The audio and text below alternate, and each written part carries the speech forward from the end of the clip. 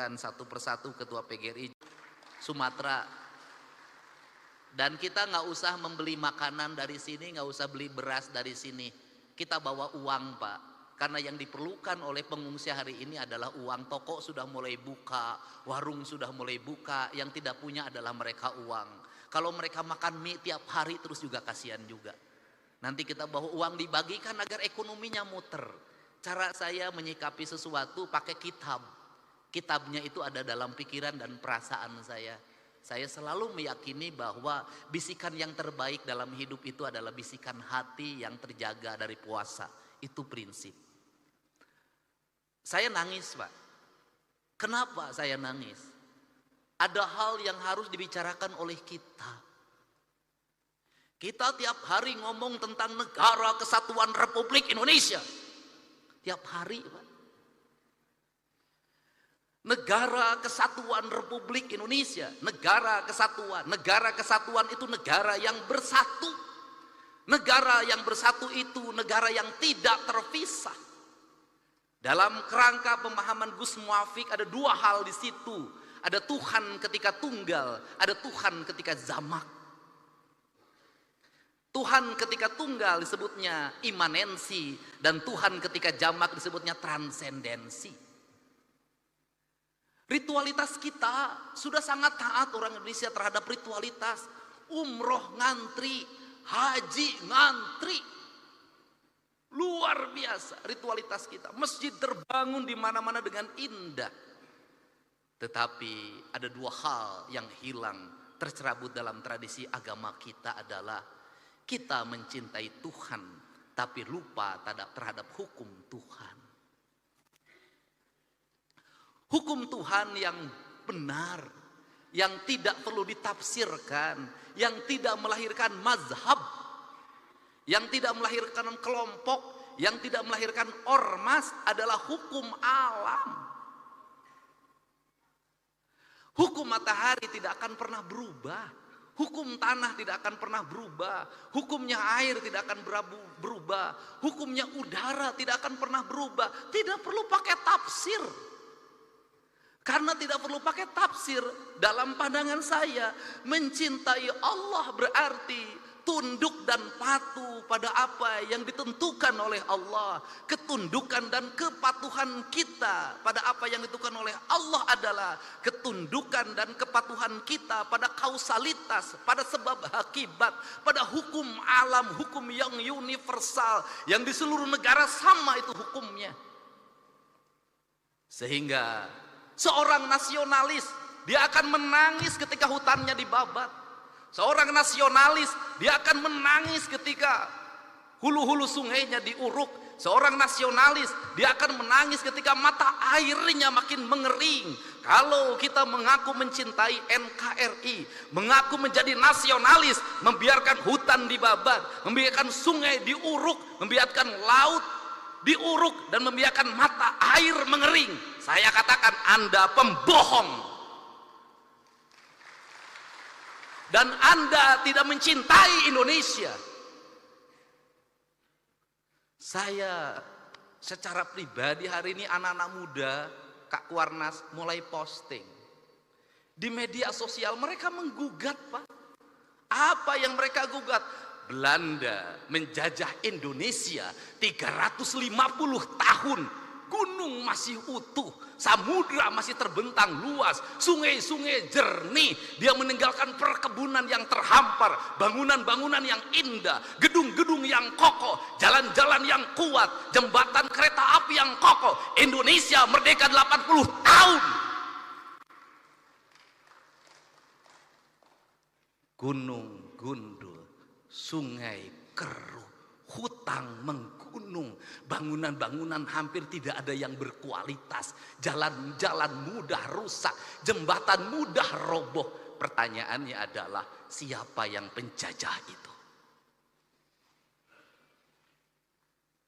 Ini kesadaran, mungkin tidak layak diomongin sama gubernur, tapi saya mewakili hati nurani saya yang selalu ingin saya ungkapkan dimanapun. Kenapa? Ini problem bangsa.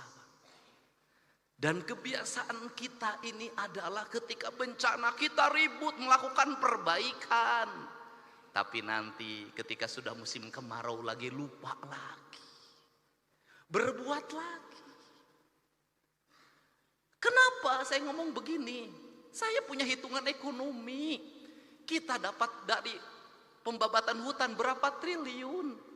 Kita dapat dari pengambilan pasir berapa, dari pengambilan gunung berapa. Tapi ketika bencana berapa puluh triliun, ratus triliun yang harus kita kerahkan. Rugi. Bangun jalan di Jabar, baru bangun, diinjek lagi sama Toronton yang tonasenya 40 ton, 30 ton, rugi, Pak. Dan semua orang diam, berdiri seperti patung. Patung dimusrikan, tapi sikap kita yang mematung, membiarkan kerusakan terhadap Indonesia, dianggap ada sikap yang beriman. Gak bisa. Sehingga inilah yang ingin saya bangun. Gerakan pendidikan kita harus menggerakkan anak-anak kita kembali pada titik dasarnya. Dia adalah manusia Indonesia yang mencintai tanahnya. Problem anak-anak kita hari ini apa? Dia tidak mengenal tanahnya. Kenapa tidak mengenal tanah? Sejak lahir kakinya tidak pernah menginjak bumi. Pakai sendal, di sepatu, tidak pernah berlari di pematang sawah, tidak pernah berenang di sungai, tidak pernah dia berlari menuju gunung. Dia menghabiskan waktu dalam setiap hari hanya dengan gadget. Dia mengenal ikan di gadget. Dia mengenal padi di gadget. Dan setelah itu negara lain mengintip kita. Dia kemudian mengunci kita, otak kita. Mengunci otak anak-anak kita. Standarnya sebegini. Orang Indonesia umurnya segini. Kenapa? Mereka sudah punya rumusan. Kenapa? Bahan baku tempenya dari saya. Saya sudah tahu itu kualitasnya. Dagingnya dari saya. Semuanya dari saya. Saya sudah tahu isinya apa. Kamu umurnya sekian. Nanti ada penyakitnya ini. Dan ketika penyakitnya ini ahlinya dari saya. Alat kesehatannya dari saya. Teknologinya dari saya. Kamu akan jadi bangsa dungu selamanya.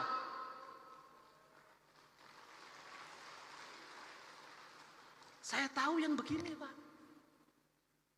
Setelah itu permainannya dari saya, filmnya dari saya, permainannya dari saya, gambar-gambarnya dari saya, semuanya dari saya.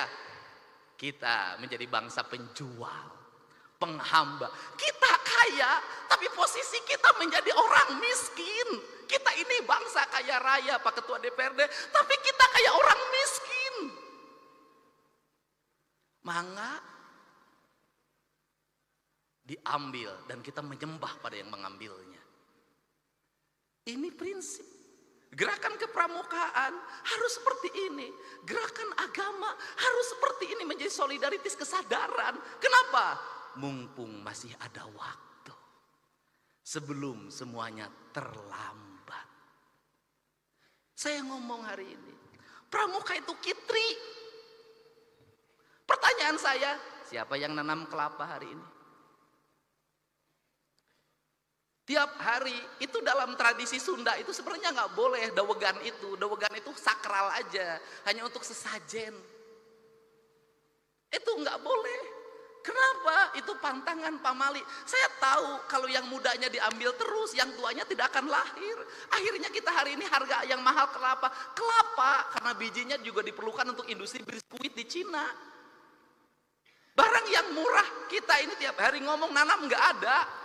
Maka pemerintah Provinsi Jawa Barat tahun ini itu membuat sebuah kewajiban seluruh bantaran sungai setelah dinormalisasi, setelah rumah-rumah kumuhnya dibongkar, maka harus tanamin pohon kelapa sepanjangnya. Saya tiap hari nanam pohon kelapa. Kenapa? Ini pohon yang paling kokoh. Kemudian nanti itu apa yang dilahirkan dari pohon kelapa itu minyak. Dulu kita di mana di Jawa Barat penghasil minyak terbaik? Ciamis. Minyak keletik. Saya tahu betul pada saat minyak keletik dikonsumsi oleh kita, dikembangkan pikiran bahwa minyak keletik itu mengandung kadar kolesterol tinggi, berbahaya bagi kesehatan. Terus itu. Yang baik itu adalah minyak sawit. Sekarang dibalik lagi, yang terbaik itu adalah minyak kelitik barat. Itu begitu. Kamu ketinggalan. Yang bagus ini. Saya katakan, saya bertemu dengan orang-orang yang pinter. Dia ketawa. Apa itu? Kalian itu menuju ke tempat saya pergi. Kenapa? Kita ngikuti peradabannya orang lain sudah meninggalkan peradaban itu, dia menuju ke peradaban kita. Makanya saya berulang-ulang, kenapa saya mulai dari isu Sunda? Kenapa? Karena orang Jawa Barat itu Sunda, tadi diceritakan pada saat Nabi Muhammad lahir, kita sudah ada Salakan Negara, sudah ada Taruman Negara, sudah ada Galuh. Artinya apa? Pada saat orang lain jahiliyah, kita ini sudah berperadaban. Dari sisi sebagai bangsa, saya sangat bangga sekali pada saat Nabi Muhammad diutus untuk mencerahkan pikirannya orang Jazirah Arab.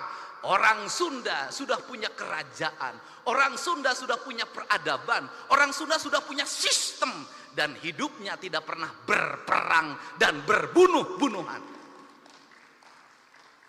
Sehingga kujang, jangan salah, kujang bukan alat perang, kujang adalah alat sistem pertanian. Bangsa Sunda tidak pernah berperang. Hidupnya menjunjung tinggi apa? Dedehan, welasan, asihan, nulung kanu butuh, nalang kanu susah, nganter kanu sieun, nyaangan kanu poeken, saudara. Sehingga menjadi bangsa defensif. Kenapa menjadi bangsa defensif? Tanahnya sudah subur. Nggak usah, biasanya bangsa yang suka perang itu adalah bangsa yang di tanahnya kering. Dia mencari sumber energi, dia mencari sumber pertanian. Kita mengesagala ayak, makanya gaya hidupnya si Kabayan. Kenapa gaya hidup si Kabayan? Bari ngagerek ceuri ge nuna bubuk menang lauk. Sederhana. Kenapa jadi begini hari ini? Karena hari ini di Jawa Baratnya sudah ada keragaman orang. Dari Sumatera, dari Kalimantan, dari Jawa Tengah, dari Jawa Timur. Semuanya hidup bersatu di sini. Maka sekarang kita berkompetisi. Nggak bisa ngandelin lagi ngagerek celi. Lamun ngagerek celi mana? Celi terus kayak manajer benang kubatur alam. Makanya dirubah lagi oleh saya, harus kecekatan, tepat waktu, efektif. Dan saya contohkan di acara-acara provinsi, MC cuman pertama, kesininya nggak usah. Kenapa? Menghambat waktu dan cermin orang bodoh. Kenapa cering orman bodoh? Itu jadi gubernur yang nggak ngerti apa-apa. Diukoe ditita, maju ke depan pidato aja disuruh. Yang terhormat Bapak Guru kami persilahkan, manja kudu persilahkan, ambil kesempatan, jangan nunggu dipersilahkan. Nggak boleh lah.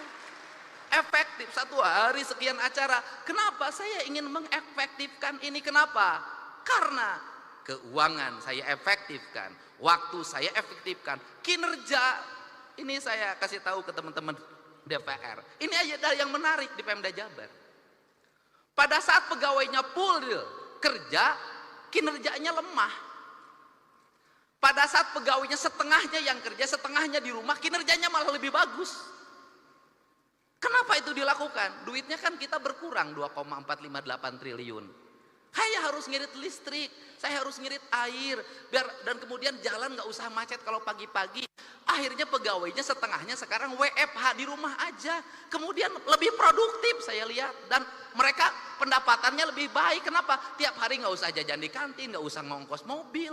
Tapi kan kinerjanya, ini alam sudah beda, bukan alam lagi berkumpul hari ini.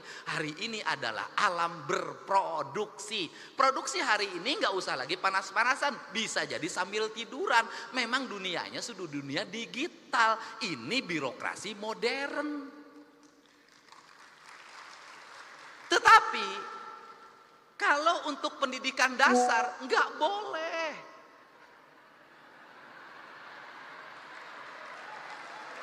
Nggak boleh. Kenapa? Yang dibentuk adalah karakter manusia, bukan mesin. Kalau SPJ bisa dibuat di rumah, klik kirim.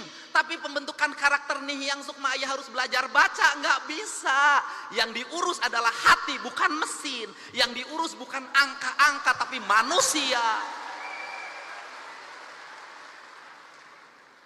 Jadi saya tidak setuju anak SD menggunakan HP, anak SMP menggunakan HP. Kenapa? Pembentukan karakter dasar. Mereka harus tahu cara minum, mereka tahu cara makan, mereka harus bisa berlari, mereka harus bisa berjalan, mereka harus bisa bernyanyi, mereka harus bisa baca sastra, mereka harus bisa main musik, mereka harus bisa berinteraksi sosial. Kerakyatan yang dipimpin oleh hikmah kebijaksanaan dalam permusyawaratan perwakilan. Ya harus manusia. Pada akhirnya yang dunia digital juga ada waktunya bertemu. Kenapa? Karena rindu tak pernah tertahan. Nanti ada kangennya, pegawai-pegawai Pemda kangen berkumpul. Sebulan sekali bertemu. Kenapa? Karena rindu itu tak bisa hanya dengan video call.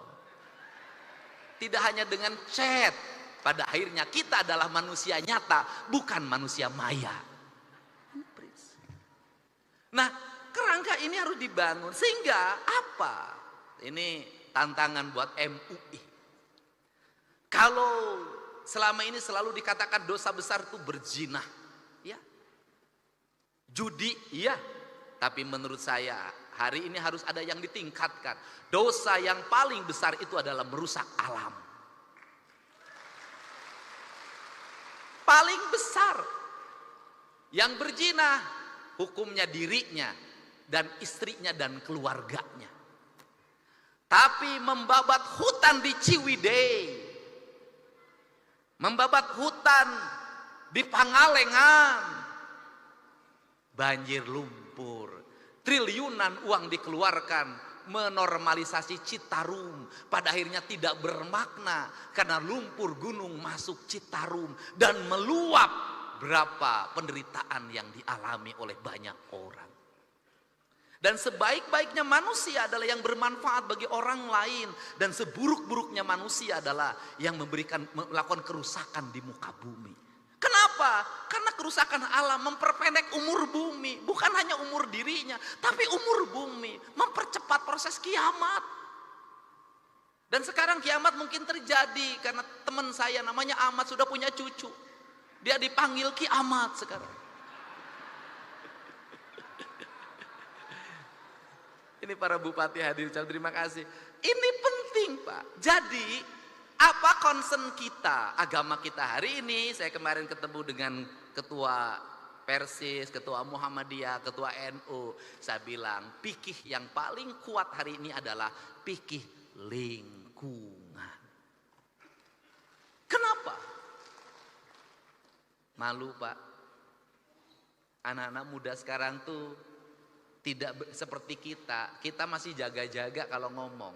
Anak muda sekarang tuh berani posting Pak. Dan berani mencaci maki orang tuanya. Dia ngomong begini, kan kita malu kalau digituin. Orang Indonesia ini paling banyak berdoa. Tapi orang Indonesia itu paling banyak bencana.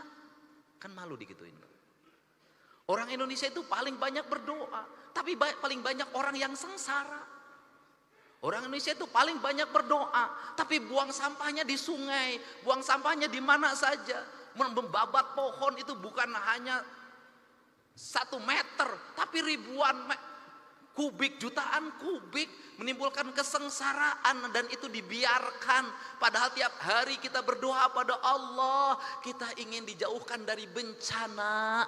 Kita tiap hari berdoa pada Allah ingin dijauhkan dari bencana. Tapi menurut saya doa ini tidak akan bermakna kalau yang menjadi penyebab bencana terus dilakukan tanpa henti. Kita bicara hakikat, tapi syariatnya tetap terjadi kerusakan, tak ada makna. Untuk itu maka saya sampaikan, ini tantangan bagi pramuka. Hari ini Pemda Jawa Barat mulai menanami pohon-pohon enteh-enteh, areal perkebunan enteh yang kosong, itu ditanamin oleh anggaran provinsi, orangnya digaji. Kita punya rencana juga dan akan berjalan, dan Januari efektif. Orang yang nanam pohon dan ada sekian satu orang 2 hektar, itu saya gaji setiap bulannya sampai pohonnya nanti besar. Kenapa? Ini sebuah kepentingan. Ada 2 dimensi yang ingin dilakukan di situ. Yaitu yang pertama adalah dimensi alam yang harus terselamatkan.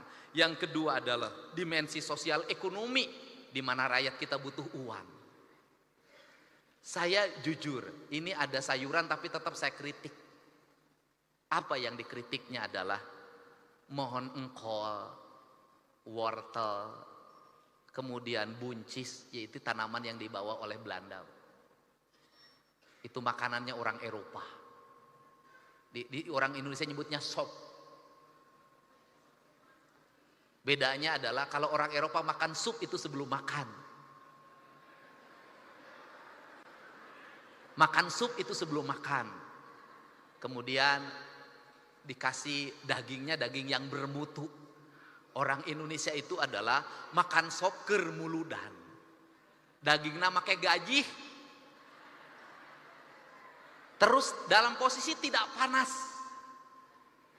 Dimakannya oleh ajengan oleh kiai setelah ceramah jam 12. Kebayang, Pak? Sop dikasih nasi pakai gaji, tidak panas, dimakan oleh ajengan jam 12 malam. Wajar kalau banyak para penceramah yang tukang ceramah hari ini jantungnya bermasalah. Ini fakta, Pak. Serius saya. Nah, ini tanaman Eropa dibawa. Dan memang ini tanaman itu harus